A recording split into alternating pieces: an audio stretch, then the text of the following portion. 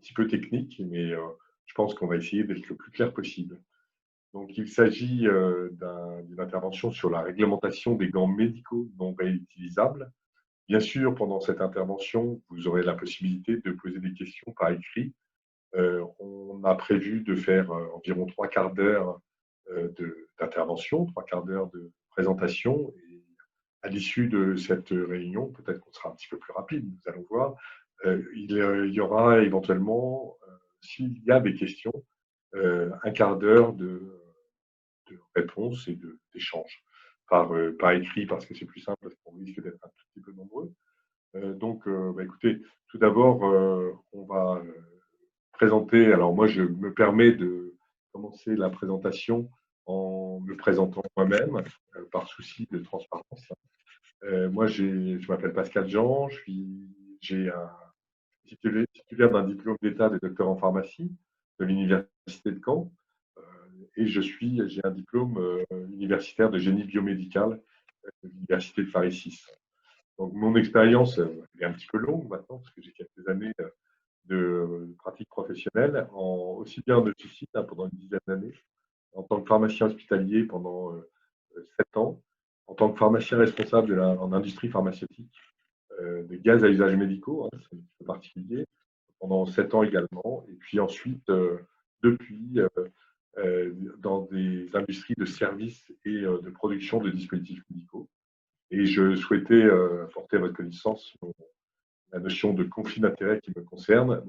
Aujourd'hui, je suis directeur technique et scientifique de Didactique depuis 2010. Ça fait 10 ans exactement. Alors, nous allons reprendre le scope de notre intervention. Hein, ce vocable, les gants médicaux, concerne les gants médicaux non réutilisables dans cette présentation. Donc, j'ai repris les termes des normes, hein, parce que on est toujours dans l'environnement médical, et aujourd'hui, c'est sans doute l'environnement le plus normé sur les produits manufacturés. Donc, pour les gants médicaux non réutilisables, on entend les gants à usage médical destinés à protéger le patient et l'utilisateur contre toutes les contaminations croisées. Donc ça, c'est vraiment important, parce qu'on souhaite protéger le patient, de ne pas contaminer un patient, et également de ne pas contaminer, bien sûr, et de protéger les intervenants et les soignants. Alors, il y a dans les gants médicaux deux grandes classes de gants. Hein. Les premiers, les gants de chirurgie, hein, qui sont des gants toujours stériles, de forme anatomique, c'est-à-dire qu'il y a un gant droit et un gant gauche. Hein. C'est pour ça que le pouce est légèrement décalé par rapport au plan de la main et orienté vers l'index. Il est conçu pour être utilisé en chirurgie. On peut l'utiliser aussi en défense stérile pour faire des soins.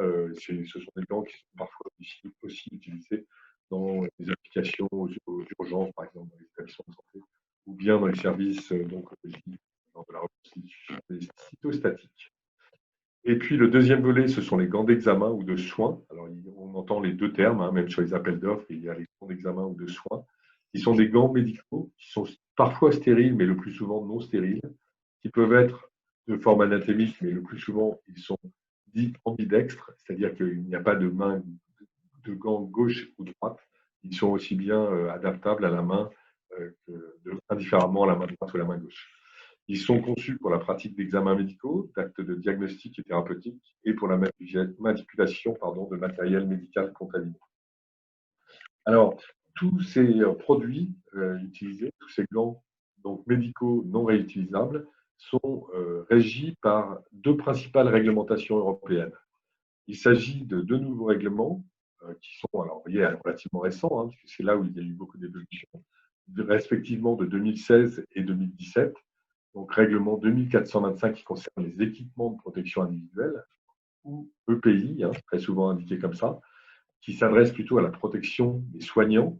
Et puis, sur la partie EPI, donc équipement de protection individuelle, ça concerne aussi, bien sûr, bien d'autres équipements que les gants. C'est par exemple, on va prendre des exemples, des chaussures de sécurité sur les chantiers, des casques de chantier, etc. Ce règlement couvre également tous ces produits, mais en particulier les gants médicaux quand on souhaite avoir une protection, équipement de protection individuelle pour protéger les soignants. Puis le deuxième règlement, qui dans notre univers est plutôt le règlement des dispositifs médicaux, hein, puisque tout produit qui sert et qui est utilisé en contact direct avec les patients est considéré comme un dispositif médical. Donc, ces deux règlements, respectivement de 2016 et 2017, remplacent les directives EPI et DM et permettent d'apporter de nouvelles exigences réglementaires. C'est extrêmement important. Alors, petit à petit, ils se mettent en place. Le règlement de 2016 est obligatoire depuis 2019, depuis mai 2019. Le règlement des dispositifs médicaux qui devaient être mis en place cette année, en mai 2020, en fait, il a été reporté d'un an. Hein. Donc, vous le savez, suite à aux épisodes Covid, etc., la communauté européenne a décidé de proroger la date de mise en application du règlement des dispositifs médicaux en mai 2021. Donc, en corollaire de ces deux règlements et du remplacement des directives par ces règlements, il y a une pleine réforme des normes techniques de référence. Donc, on va les expliciter un petit peu.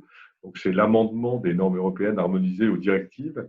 Alors, pourquoi aux directives? C'est bien, c'est pas une erreur, c'est harmonisé aux directives, puisque aujourd'hui, toutes les normes qui existent sont harmonisées aux directives européennes et elles ne sont pas encore harmonisées aux règlements qui arriveront dans le futur. Vous savez qu'on fait des normes en relation avec un texte européen, donc niveau directive, et désormais dans le futur au règlement. Donc il faut s'attendre à une très grande réforme aussi de toutes ces normes, qu'elles soient aussi bien liées au règlement EPI ou au règlement dispositifs médicaux. C'est l'apanage des évolutions réglementaires. Donc on va partir des normes des gants médicaux, alors que certains connaissent, hein, tous ceux qui ont des appels d'offres, qui font des appels d'offres ou qui établissent les cahiers des charges, les connaissent depuis bien longtemps. Hein. Il s'agit des normes de la série EN 455 qui concernent les dispositifs médicaux, les gants dispositifs médicaux. Et la première, c'est la vérification de l'étanchéité des gants. La seconde, c'est l'aspect dimensionnel et la notion de résistance à la traction pour l'Europe. Et puis, on a les exigences pour évaluation biologique, c'est la partie 3. Donc ça permet de voir les quantités résiduelles de protéines extractibles quand il s'agissait de gants latex, mais il en existe encore. Et également de regarder les taux de résidus de poudre pour les gants poudrés. Alors ça, on oublie un petit peu, en particulier en France, puisqu'on utilise de moins en moins de gants poudrés. Puis la partie endotoxine et identification des adjuvants nécessaires au procédé de fabrication. Ça, on le verra. Et d'ailleurs, on refera un webinaire spécifique sur la tolérance des gants de la part des soignants et les risques d'allergie. Et on aura un volet et je pense qu'on fera un second webinaire sur la question. Dans cette partie-là, il y a aussi la partie 4, alors qui est plus récente, qui est la notion de détermination de la durée de conservation. C'est-à-dire qu'avant, on faisait des vieillissements et on faisait des tests sur des gants qui sortaient directement de production. Et maintenant, l'Europe a exigé qu'on fasse des tests aussi avec des notions des procédés de vieillissement accéléré à l'issue de la date de péremption. C'est-à-dire qu'on simule la validité d'un gant avec des méthodes, alors souvent c'est dans des études à température et hygrométrie particulière, et on simule là le vieillissement avec des années, etc. Et on doit avoir les mêmes caractéristiques sur un gant à sa sortie de production et à l'issue de sa date de péremption. D'accord? Donc ça, c'est la partie EN 455.4.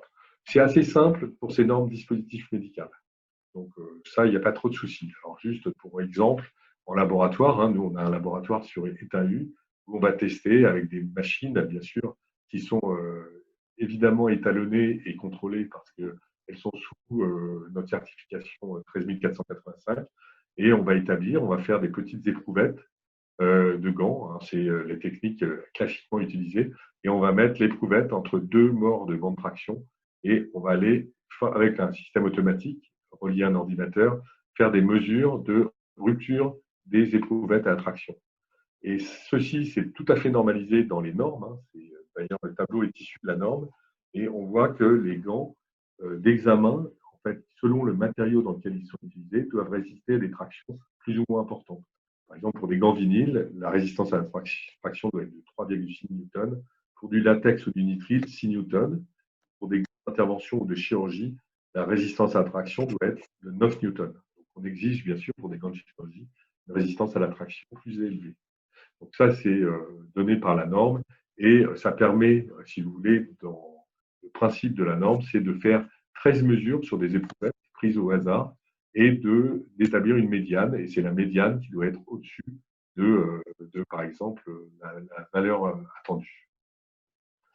Pour les évolutions des normes techniques concernant, donc là on était dans le domaine des dispositifs médicaux, de la partie dispositif médical, règlement dispositifs médicaux. Là on entre dans les normes qui permettent la conformité au règlement, pour les gants, au règlement EPI. Il y a deux types de normes, une norme assez générale qui est la norme EN 420, qui sont les exigences générales, les notions de construction, d'innocuité, de taille, de dimension, et puis des notions de marquage, des notions assez génériques. Et puis, il y a une très très grande évolution des anciennes normes qui concernent les gants, équipements de protection individuelle, et c'est la série que certains connaissent peut-être sous les vocables EN 374-1, 2, 3, 4, qui correspondent à un certain nombre de normes.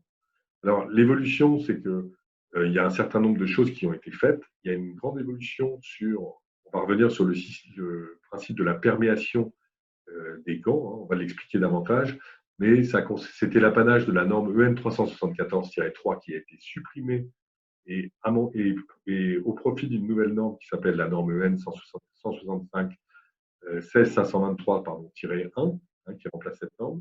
Il y a eu une grande réforme de la norme sur la résistance à la pénétration des micro-organismes. Ça, c'est essentiel dans la période qui nous concerne aujourd'hui, à savoir la norme EN 374-2, qui confère maintenant une résistance à la pénétration, si on passe les tests, pour les bactéries et les champignons. Historiquement, dans le passé, cette norme conférait aussi la résistance à la pénétration des virus. Or, depuis, ça c'est une norme qui est essentiellement une norme d'ailleurs d'étanchéité, de test d'étanchéité à l'air et à l'eau.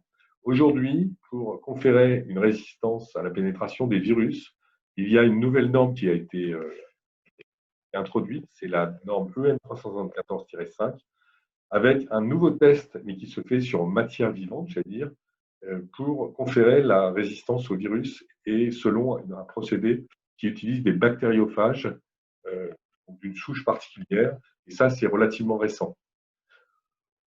Aujourd'hui, donc, pour les normes pays, on a une série de normes, la 374-1 qui est une norme générale, la 2 qui est la résistance à la pénétration des bactéries et des champignons, pas des virus, justement, et qui est une norme d'étanchéité, de test d'étanchéité à l'eau ou à l'air.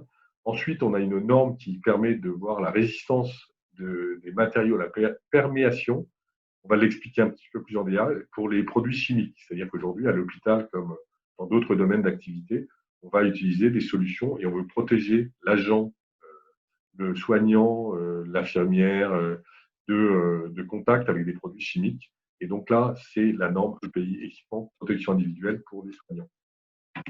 EN 374-4, c'est la détermination de la résidence à la dégradation par les produits chimiques. Donc, on va le détailler un petit peu par la suite. Il y a la nouvelle norme sur le risque par les micro-organismes et la résistance à la pénétration des virus. Donc ça, c'est vraiment essentiel. Et puis, enfin, une norme qui permet de mettre en exergue et en pratique les tests pour vérifier justement, selon le protocole de l'EN 374-5, c'est la technique en fait, pour virus. OK. Alors, si on prend les gants, on a vu l'aspect médical pour protéger le patient, avec les normes 455, 1, 2, 3, 4. On a maintenant, pour protéger les agents et les soignants, des produits chimiques, par exemple. Alors, ça peut être les produits qui sont utilisés pour le nettoyage, pour le bio-nettoyage, dans les différentes parties de l'établissement. Ça peut être aussi, par exemple, pour nettoyer lors du nettoyage d'endoscope en service d'endoscopie. Ça peut être également lorsqu'on manipule au laboratoire des liquides chimiques, de la soude, etc. Donc là, on va regarder quelle est la résistance au transfert de la substance chimique à travers la membrane du gant. Donc pour ce faire, on utilise un référentiel de normes et on va utiliser ce qu'on appelle une cellule de perméation, c'est bien ça, qui comporte deux compartiments. De part et d'autre des deux compartiments, on va mettre un échantillon du gant, on va découper un gant et on va mettre sur toute la surface entre les deux valves de la cellule de perméation un morceau de gant, une surface de gant, et on va remplir d'un côté, là où il y a indiqué 3-4, la substance chimique qu'on veut analyser, et puis on va mettre des détecteurs dans l'autre partie de la cellule, avec ça peut être des capteurs infrarouges, des capteurs de chromato, etc. Toutes les techniques analytiques sont permises, hein, bien évidemment. Et on va regarder au bout de combien de temps, après avoir mis la substance chimique dans le côté B, là, ou bien de combien de temps on va détecter dans le segment A la substance chimique. Donc ça, c'est important. Et ça, c'est la nouvelle norme 1631 qui remplace la norme EN 374-3. Alors, c'est un petit peu compliqué à comprendre, mais je pense que j'ai essayé de l'expliciter le mieux possible. Les substances de référence qui sont indiquées par les normes 16523 pour justement la perméation aux produits chimiques, les produits sont normalisés. C'est-à-dire qu'on a le méthanol, l'acétone, etc. On ne va pas les détailler un par un. Et puis, on a par exemple du formaldéhyde à 37%, on a de l'ammoniac, on a du peroxyde d'hydrogène, de l'hydroxyde de sodium, de la soude, par exemple. Et ceux-là sont bien référencés avec des lettres A, B, C, D, E, etc. Hein, jusqu'à T. Alors, l'évolution de la norme a fait qu'il y a eu à peu près 5 ou 6 lettres de rajouter pour étendre l'étendue des produits. Après, on va avoir, vous avez compris que l'analyse, ça va permettre de repérer au bout de combien de temps la substance chimique passe à travers le compartiment du compartiment B en A. Alors, si la substance chimique apparaît en moins de 10 minutes, on a un indice de perméation qui est de 0. Si on est au-dessus de 10 minutes, strictement, c'est 1. Au-dessus de 30 minutes, c'est 2. Au-dessus de 60 minutes, c'est 3, etc. 124, 240 minutes, 4 x 6, 24, ça fait 4 heures. Et 8 heures, 6, indice 6. C'est-à-dire que s'il n'est rien passé dans les 8 heures, c'est-à-dire supérieur à 480 minutes, on va avoir une résistance à la perméation de cette substance, l'une d'entre elles, d'un niveau 6. Alors, ça, il s'agit des gants qu'on appelle de catégorie 3, c'est-à-dire, en fait, on protège de risques élevés, parce qu'on estime que d'être en contact avec ces substances-là, c'est un risque élevé. Donc, les gants seront EPI de catégorie 3. Et après, on va avoir une typologie type A, B ou C. La performance à la pénétration, à perméation peut être au moins de niveau 2, c'est-à-dire supérieur à 30 minutes pour au moins 6 produits de cette liste, auquel cas le gant sera de catégorie 3 type A. Si c'est seulement 3 produits au-dessus de 2, ce sera un gant de catégorie 3 type B. Et si c'est seulement une substance, ce sera un gant de catégorie 3 type C. On verra par la suite, vous verrez que parfois, il y a des produits qui sont validés uniquement pour l'hydroxyde de sodium à indice 6. Et en fonction des matériaux des gants, on va protéger plus ou moins. Et il est clair aussi que selon l'épaisseur des gants, on va protéger davantage. On peut prendre, c'est la même réglementation pour les gants, par exemple, réutilisables qui sont utilisés dans l'industrie pétrochimique, qui vont être extrêmement épais, etc. Ils vont avoir des niveaux ils vont être souvent utilisés avec des types A, mais ils ne permettent pas une dextérité très importante. Donc, ça, c'était l'idée de perméation aux substances chimiques. Donc, je pense que c'est assez clair, et ça, c'est donné par les normes en lien avec le règlement équipement de protection individuelle. Parce que ça concerne vraiment les soignants et les utilisateurs. Le cas particulier de la résistance à la pénétration des micro-organismes, c'est aussi un autre champ des normes EPI pour les gants. Alors, le tableau donne le niveau de protection des gants en fonction il faut extraire de la norme, c'est la norme réellement ça, et on va pouvoir, en fonction des exigences obtenues par rapport aux normes EN 420, EN 374-2, EN 374-5, avec la mise en œuvre de la technique avec le bactériophage FIX174, on va obtenir un niveau de protection à la pénétration des micro-organismes plus ou moins élevé. Si on a seulement la EN 420 et la 374-2, bactéries moisissures, on ne pourra pas revendiquer sur ces boîtes protection contre les virus. Si on a en plus le test avec les bactériophages passe, À ce moment-là, on va avoir les 3 cases renseignées et on va pouvoir apposer sur le conditionnement protection contre les virus. Ok. Donc ça, c'est important et ce petit tableau est extrait de la norme. Bon, c'est aussi d'autant plus important par les temps qui courent. Sur certains conditionnements, vous aurez aussi, si le gant n'a pas été contrôlé contre les virus, il faut absolument que le fabricant mette non contrôlé contre les virus. Alors, il y a un certain nombre de boîtes de gants qui comportent encore cette mention-là. Pourquoi? Parce que le test 374-5 est assez récent et les packaging n'ont pas toujours évolué, mais la plupart du temps, il suffit de demander le rapport de test versus cette norme et le fabricant est en mesure de le fournir. Et à ce moment-là, le prochain packaging, la nouvelle évolution du packaging, fera que les fabricants mettront la partie virus. C'est une norme beaucoup plus récente, elle est bien sûr de 2016, mais sa mise en œuvre dans les laboratoires a été beaucoup plus longue que prévu. Et donc, c'est vraiment en début 2020, fin 2019, qu'on a vu apparaître ces premiers conditionnements-là. Il y a un certain nombre de conditionnements qui sont encore avec l'ancienne mention. Donc ça, c'est une chose importante. Alors, pour avoir le marquage CE sur les gants, c'est un tout petit peu compliqué à comprendre parce qu'aujourd'hui, normalement, un produit, il est soit du domaine des dispositifs médicaux, avec un marquage CE, soit du domaine des EPI.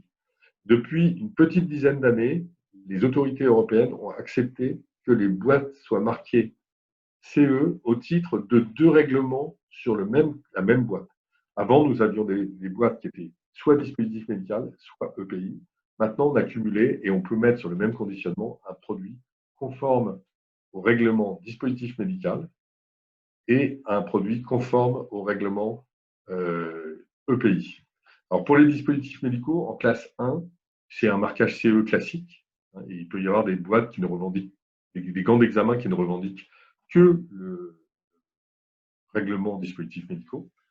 Si on est il peut y avoir des gants de classe 2A, par exemple les gants d'intervention, hein, et à ce moment-là, il y a intervention, c'est un gant de chirurgie, par exemple en classe 2A, il y a intervention d'un organisme notifié, qu'on appelle ON, car les gants doivent être audités par l'organisme notifié dès lors que la classe est supérieure à 1. Là, on est dans l'autocertification, classe 1, et en classe 2A, on est avec intervention d'un organisme notifié. Donc ça, c'est pour le marquage CE au titre des dispositifs médicaux. Pour le marquage CE au titre du règlement équipement de protection individuelle, il peut y avoir aussi un marquage CE simple en EN 420, raison pour laquelle certains gants d'examen n'ont qu'un CE simple et ils ne répondent qu'à la norme dispositif médical, gants d'examen, et à la première partie, c'est-à-dire la partie générale des EPI, mais à ce moment-là, ils seront en catégorie 1 pour des risques très faibles. Et dès qu'on veut protéger contre des substances chimiques ou des micro-organismes, il faut impérativement que les gants soient en catégorie 3. Et là, il y a forcément intervention d'un organisme notifié. Et l'organisme notifié, il est enregistré, je n'ai pas précisé précisément, que ce soit pour les dispositifs médicaux ou les EPI, ce ne sont pas forcément les mêmes entités. Vous savez que les organismes notifiés sont mandatés par la communauté européenne et ils sont enregistrés avec un numéro à 4 chiffres. Vous avez le GMED qui est par exemple le 0359, vous avez le TÜV qui est 0123, didactique, nous, notre certification est par le Bureau Veritas, c'est 1370. Voilà.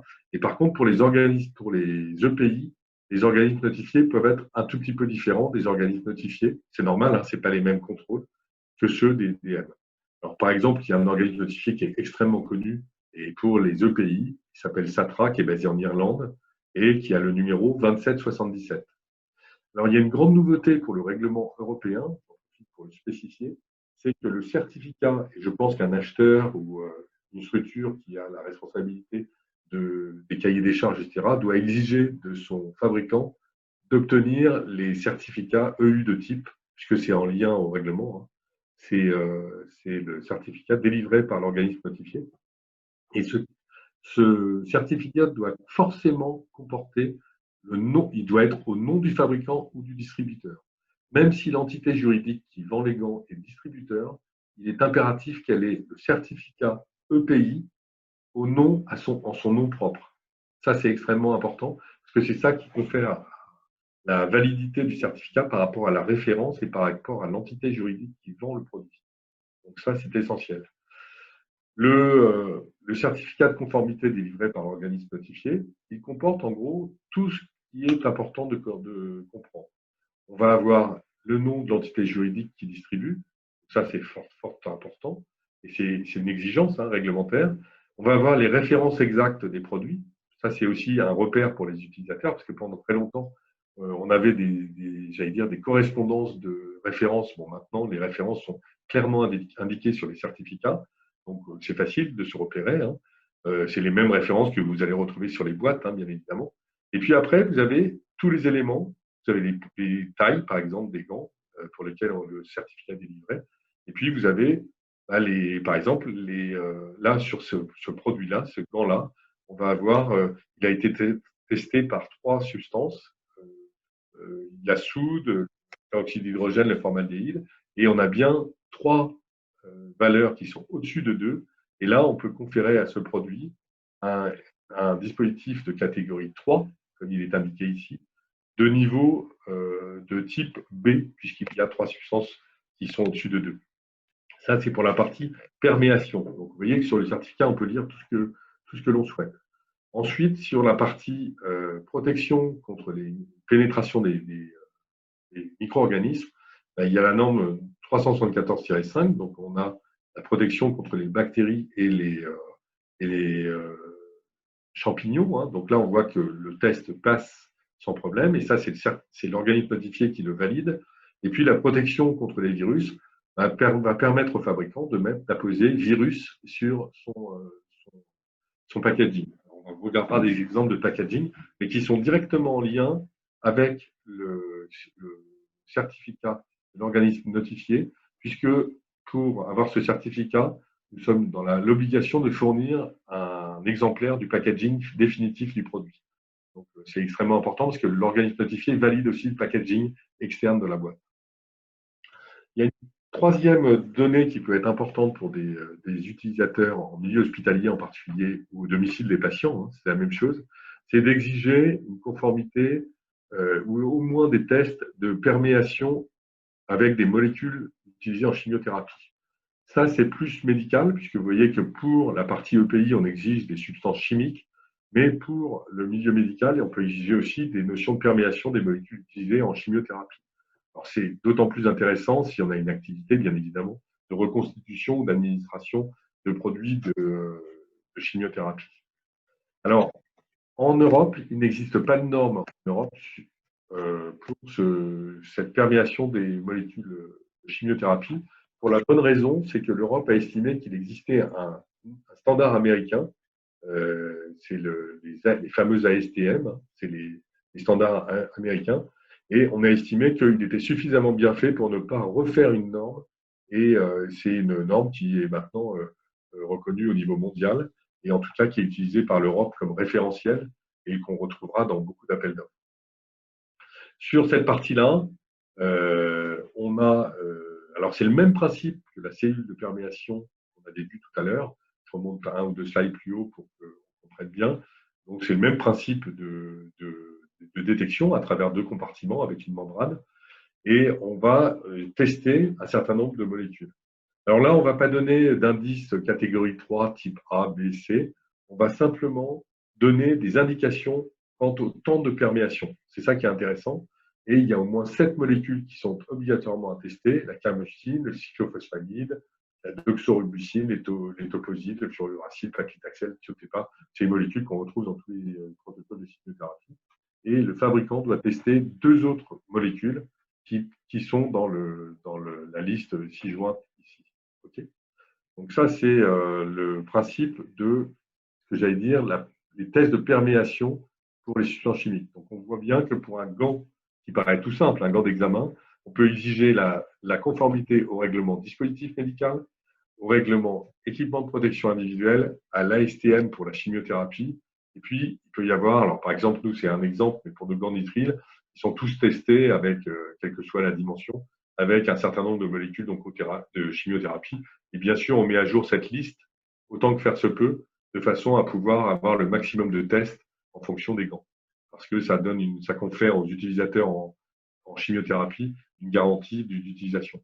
Alors, ce qui est très intéressant à regarder sur la colonne, par exemple, de celui-ci, hein, c'est qu'il y a des produits qui sont difficiles et c'est en fonction des gants aussi, à 10 mg par millilitre pour le thiotépa, en fait, la résistance est très variable selon les gants. Et en fait, c'est souvent, pour cette molécule-là, l'indication qui est donnée, par exemple, de 0,3 minutes, 3,6 minutes. Ça veut dire qu'on doit vraiment changer de gant à chaque utilisation et très rapidement. Les autres, on peut les garder un petit peu plus longtemps, hein, 240 minutes, c'est 4 heures. Vous voyez que ça protège assez bien contre beaucoup de molécules d'oncologie, mais pendant 4 heures. Mais par contre, sur certaines molécules, en fait, la perméation est plus rapide. Par exemple, les carmustine, vous voyez que les gants nitriles ne protègent pas très bien, alors il faut les enlever au bout de entre 7 et 1 minute, etc. Donc ça donne des indications aux services, aux pharmaciens ou aux préparateurs pour le changement des gants. La quatrième notion, parce qu'on empile les couches, hein, on peut exiger aussi d'un gant, et c'est souvent le cas, qu'il est le contact alimentaire. Alors pour quelle raison?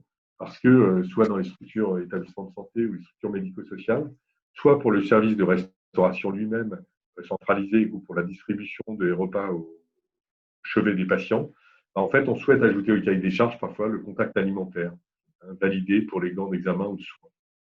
Alors, on ne va jamais demander ça pour des gants de chirurgie, évidemment. Ou alors, on peut le faire, mais ça n'a vraiment aucun sens. 2 règlements européens s'appliquent. C'est concernant les matériaux et objets destinés à entrer en contact avec des denrées abrogeant les directives. Donc, c'est pareil, les règlements remplacent peu à peu les directives. Donc, ça, c'est des règlements qui concernent les matériaux destinés à entrer en contact avec les denrées alimentaires. Et là, en l'occurrence, le deuxième, c'est les règlements objets en matière plastique. Bon, ça concerne aussi bien, d'ailleurs, la boîte, entre guillemets, boîte Tupperware que les gants, etc. C'est les mêmes réglementations. Ça concerne les conditionnements alimentaires. Alors, les essais de migration sont réalisés selon le référentiel normatif EN 1186 pour par exemple, l'agrément alimentaire. Pour valider la compatibilité d'un gant avec un type d'aliment, on utilise des simulants. Alors, on simule des aliments en laboratoire avec des aliments acides. On prend l'acide acétique, c'est normalisé. Hein. Aliments alcoolisés, de l'éthanol. Pour les aliments gras, de l'huile végétale, du isooctane. Donc ça, c'est ce qui est utilisé. Alors, les conditions d'essai sont définies en fonction de la température d'utilisation des gants avec des denrées alimentaires, de la durée, du type de contact. En général, ce qu'on essaye de faire pour être raisonnable, en France, on dit qu'on cherche à avoir un contact quasi permanent du produit à température ambiante, c'est-à-dire à 20 degrés. C'est-à-dire qu'à la limite, la l'aide-soignante ou les soignants qui vont apporter les repas au chevet des patients, ils vont pouvoir garder leurs gants pendant un service. Alors, ce n'est pas le cas dans le cadre de l'épisode Covid-19, mais ça peut être le cas d'habitude. En particulier, dans les services de restauration, ils peuvent conserver leurs gants un certain temps. Alors, on simule de cette façon-là, et pour simuler ça, l'équivalent d'un contact permanent à température ambiante, pour la France, on utilise un référentiel de 2 heures exposé à 40 degrés avec les produits, pour voir s'il y a une migration ou pas.